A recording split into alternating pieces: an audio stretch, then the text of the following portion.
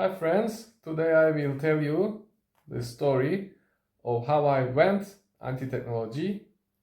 It all started about 8 years ago when I was doing my PhD. I was working on finding sustainable, less hazardous alternatives to hazardous chemicals. So I was working on substituting hazardous chemicals with less hazardous ones. And during this process, I have realized something clicked in my mind, because in Europe, let's say, the hazardous chemicals production, it wasn't declining. All the efforts of finding better alternatives, less hazardous, less carcinogenic, less mutagenic, less ecotoxic, etc. Chemicals, it was failing, and it is a failure. It's still a huge failure. Eventually, Europe started producing less chemicals overall. That's why we see some reduction in hazardous chemicals affecting human health, but still it is producing almost the same amount of hazardous chemicals to the environment. So after all these decades, 20, 30 years of at least, trying to figure out, substitute these hazardous chemicals, finding more sustainable alternatives, why it has failed? What's the reason behind that?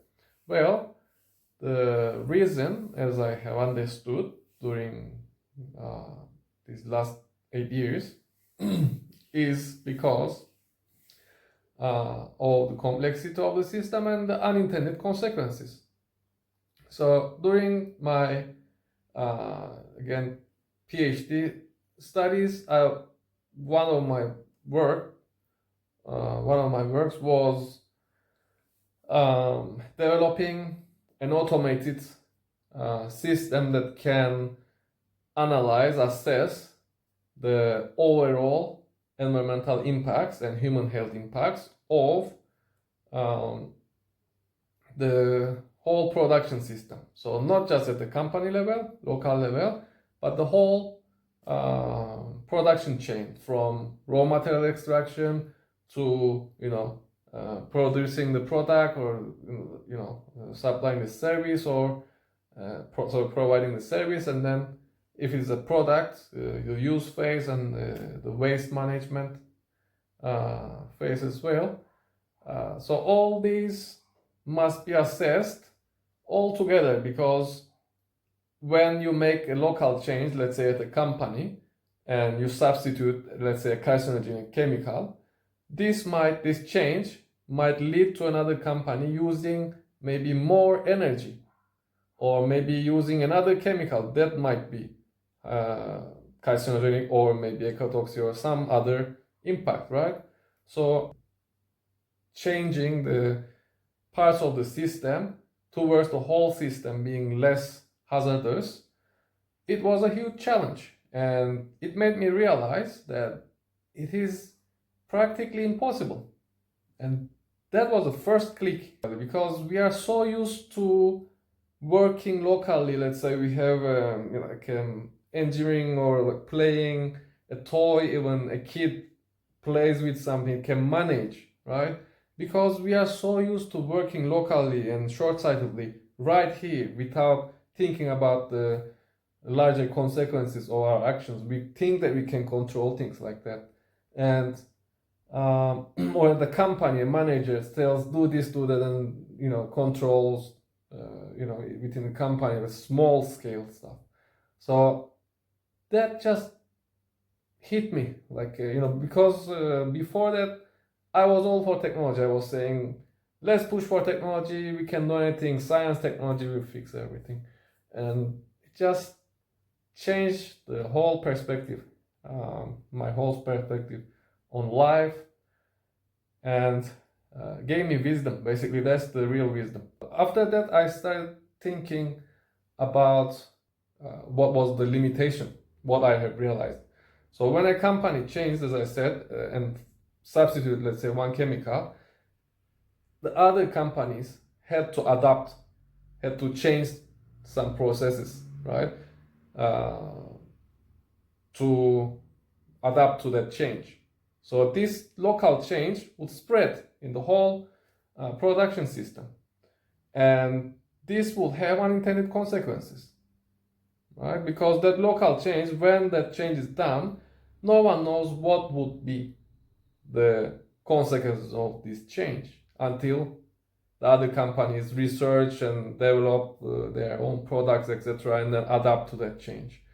And in that space of practically infinite amount of possibilities of chemical mixes and different designs, etc., there were infinitely more unsustainable hazardous states than those close to nature, less hazardous, more sustainable.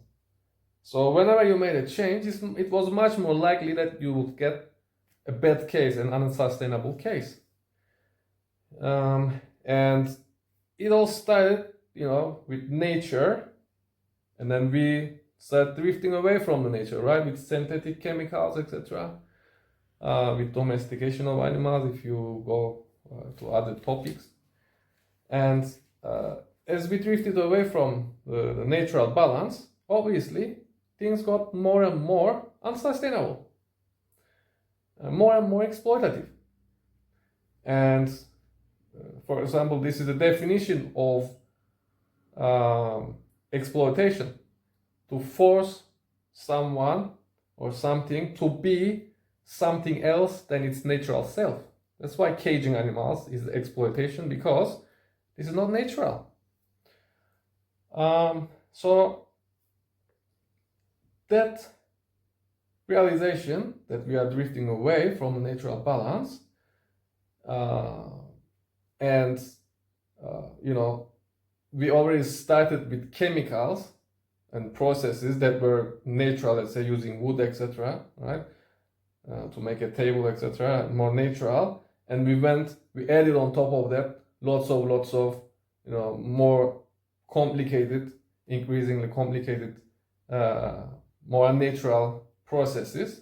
Obviously, whenever we did something, especially when you seek for more efficiency and performance and this type of product improvements, you will likely to add more unnatural things, more novel synthetic materials, more technologies. And this was the realization, basically, that led me to write the book and made the documentary, The Connection 2021 short documentary, and the book accompanying the documentary, The Connections 2023, available for free. And if you go to the documentary, under the documentary there's a link to the book. Read it, and it will open your eyes, hopefully. If this doesn't expand your mind, I don't know what can, right?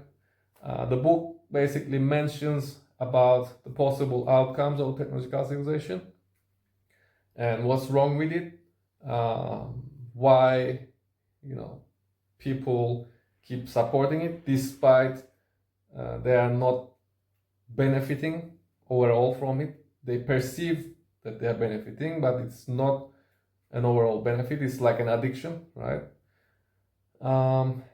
And after that, I start thinking about the unintended consequences of my actions. When I do something, what's the implications for the bigger picture, right? And I start connecting animal rights, because it was inherently exploitative. The technological civilization was inherently exploitative. So animal rights directly fit into that, right? I have realized that this trauma that the technological disturbance causes, the inherent exploitative nature of the technological civilization, creates exploitative cultures, normalizes exploitation, because people working for a technological civilization have to work under technological civilization, and for that they have to be brainwashed. They have to internalize the exploitative culture and exploitative mindset. And now, from that perspective, it's not surprising that most people are not vegans, despite veganism message being here for thousands of years, at least 1,000 years, at least 2,000 years, even more than that, maybe 2,500 years, right? Maybe 3,000 years, who knows? Like, with Buddha, then maybe Jesus, and then Pythagoras, right? And before Jesus, right? It is here for a long time, and I believe that the technological civilization as an exploitative system, choosing psychopaths and put them in control to maximize the exploitation, this created psychopathic cultures, exploitative cultures that normalized colonization, for example. I mean, many people, if you ask them, they say, I'm against colonization, yeah, but actually when it comes to them doing it, they will say, yes, it's okay, or they will just keep silent. It's true for, and this is not particularly human nature. This is because this is the consequence of living under the technological civilization. Because we could have a different culture, we could grow up in a culture that told us that exploitation is not okay. Look, there is a harmony, we must be respectful, etc. And when we grow up, we will be different, right? So this is not human nature, obviously. It's just a culture, and it's so widespread that we think that it is human nature. And some humans, like me, for example, vegans, right? Somehow we could survive that brainwashing by the technological civilization. Somehow we healed from that exploitative mindset, that culture. We didn't internalize it. In my case, I was lucky enough not to socialize too much. I was lucky enough that I was okay with, in my own world, living, when I was a kid, I was just playing with my, just coming up with, I didn't play with other kids that much. I was just in my own world, discover this, discover that, experiment on this, etc., imagine this. And I believe that's my luck, that the my fear of exclusion wasn't that strong, that didn't push me to fit into the social norms. And I could just say, fuck it, I don't have to do it. And this, I believe, and also, the parents' compassion, etc., these type of things, or the caretakers, if they can create a space where you don't have to internalize the exploitative mindset, this creates vegans. That's my belief. But if you have already internalized, it's very difficult to heal from it, because that's your, if no one is punishing you for exploiting, because you are living under the system that rewards exploitation. So if you don't get that when you're a kid, when you grow up, your mindset already sets in and you're not punished for it. You are actually rewarded for it, such as the butcher, right? I mean, and after that, it's very difficult to change. We have empathy, inherently, but it can be selective. So if you are not used to it, if the system tells you, that you have to exploit, put fears in your mind, traumatizes you, that you first have to be okay with exploitation of yourself. so you can work for the technological civilization, then you normalize the exploitation, and you can't just reject it, because otherwise you would accept that you are being exploited 24/7. You would live with that fact that you are exploited, and no one wants to accept that. I mean, almost no one. So just for that, people say exploitation is normal, and that's why they can justify exploiting animals. So that's the connection to the animal rights, the vegan message. And then, the wildlife, as we have mentioned, apart from domesticated animals, the wildlife is being destroyed by the technological civilization. It is a huge mess that is going on, but because of the short-sightedness and the local focus of humans, of each of us, it keeps going. And we need to see the whole thing. We need to see where this is going. And I think my book does a good job on this. So check it out.